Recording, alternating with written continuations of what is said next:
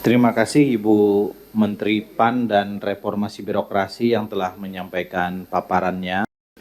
Kita tentu mengapresiasi berbagai capaian kinerja dari Kementerian PAN RB, termasuk impact dari kinerja Kementerian PAN RB terutama terhadap reformasi birokrasi dan pelayanan publik. Tadi Ibu Menpan telah menyampaikan banyak sekali peningkatan peringkat kita di berbagai macam indeks atau hasil riset yang dilakukan dengan berbagai indikator yang ada, baik di tingkat dunia maupun di tingkat nasional. Kendati demikian, kita juga mencatat bahwa dalam beberapa indeks yang lain, misalnya GEI, Government Effectiveness Index, kita itu sekarang baru berada di posisi 82 dari 193 negara. Itu artinya reformasi birokrasi kita sudah berjalan, pelayanan publik kita semakin baik, tetapi belum efektif untuk menghasilkan output dan outcome dari pemerintahan kita. Dalam konteks Corruption Perception Index, ini agak mengkhawatirkan karena kita selalu berada di ranking bawah. Skor kita tuh 34 dari 100. Peringkat kita 109 dari 182 negara. GPI tahun 2025. Digitalisasi sudah kita lakukan, tetapi kenapa kemudian performanya belum berubah? Mungkin bisa jadi digitalisasi kita baru mengalihkan dari analog menjadi digital. Ekosistem digitalnya belum berubah. Mentalitas sumber daya manusianya nggak berubah. Masih ngabsen, pulang, ngopi, sore ngabsen lagi. Kita ke depan mungkin, Ibu Menpan RB dan Bapak Ibu sekalian yang hadir di ruangan ini, perlu meningkatkan sedikit key performa indicator kepada seluruh birokrasi kita, ASN kita. Apakah itu pegawai negeri sipil, termasuk pegawai pemerintah dengan perjanjian khusus.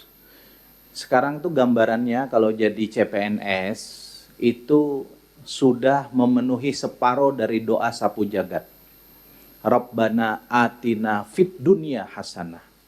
Di dunia sudah enak, tinggal nasib di akhirat saja yang kita belum tahu. Kenapa? Karena begitu jadi CPNS, Pak, umur 23 misalnya, 24 jadi PNS penuh. Umur 58 pensiun, kalau jabatannya struktural eselon 2, eselon 1, 60 pensiun. Kalau fungsional tertentu bisa 65, 67, atau 70. Pensiun seumur hidup. Saya kemarin gambarkan di Ombudsman, Pak. Wakil Ketua Ombudsman ini kan pegawai negeri sipil, dosen dia. Umur 80 tahun, tiba-tiba nauzubillah ini istrinya meninggal, Pak. Istrinya meninggal. Contoh. Lalu karena istrinya meninggal, dia menikah lagi dengan perempuan usia 25 tahun. 5 tahun berikutnya, usia 85 beliau meninggal. Sebagai pegawai negeri sipil kan beliau pensiunan pegawai negeri sipil. Yang 25 tahun tadi punya anak, Bu. Anaknya 4 tahun. Karena 5 tahun nikah kan. Maka yang 25 tahun tadi itu akan mendapatkan pensiunan sampai dia meninggal, dan anaknya tadi dapat pensiunan sampai umur 21 tahun. Jadi dia menikmati pensiun itu lebih lama daripada dia berkarya kepada bangsa dan negara. Sementara pada saat berkarya, effectiveness kinerjanya belum tentu baik. Itu yang ingin saya katakan, Pak. Nah, karena itu ini PR kita semua. Kita kan sudah memasukkan dalam prolegnas RUU ASN ke depan. Agar nanti di RUU ASN itu coba kita pikirin deh. Di swasta orang bisa kompetitif kok, pegawai negeri ASN nggak bisa kompetitif. Jangan lagi ASN itu sebagai simbol stabilitas, Bu. Saya ngomong begini karena Bu Menpan kan udah pensiun, nggak apa-apa lah. Ya. Saya juga udah lama meninggalkan dunia per ASN. Gitu, Anda Zudan. Jadi orang bekerja itu memang pakai KPI. Bagus kita pertahankan, nggak bagus ya out. Nah, ini sekarang jadi beban kita di daerah. Semua kemarin gubernur, bupati, wali kota undang ke sini. Mau memberhentikan, nggak ada indikatornya. PNS atau P3K, enggak diberhentikan atau tidak ditinjau, jadi beban. Saya dalam sebuah podcast 2 hari lalu saya bilang, lebih zolim mana kita?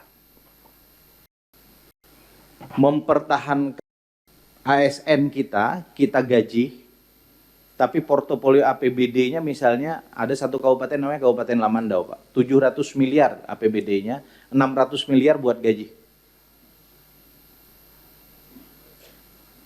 Kalimantan Tengah. Tinggal 100 miliar ruang fiskalnya. Kalau kita pertahankan terus, kita memanusiakan para ASN, termasuk P3K di dalamnya. Tapi pada sisi yang lain kita sedang zolim dengan rakyat yang lebih membutuhkan.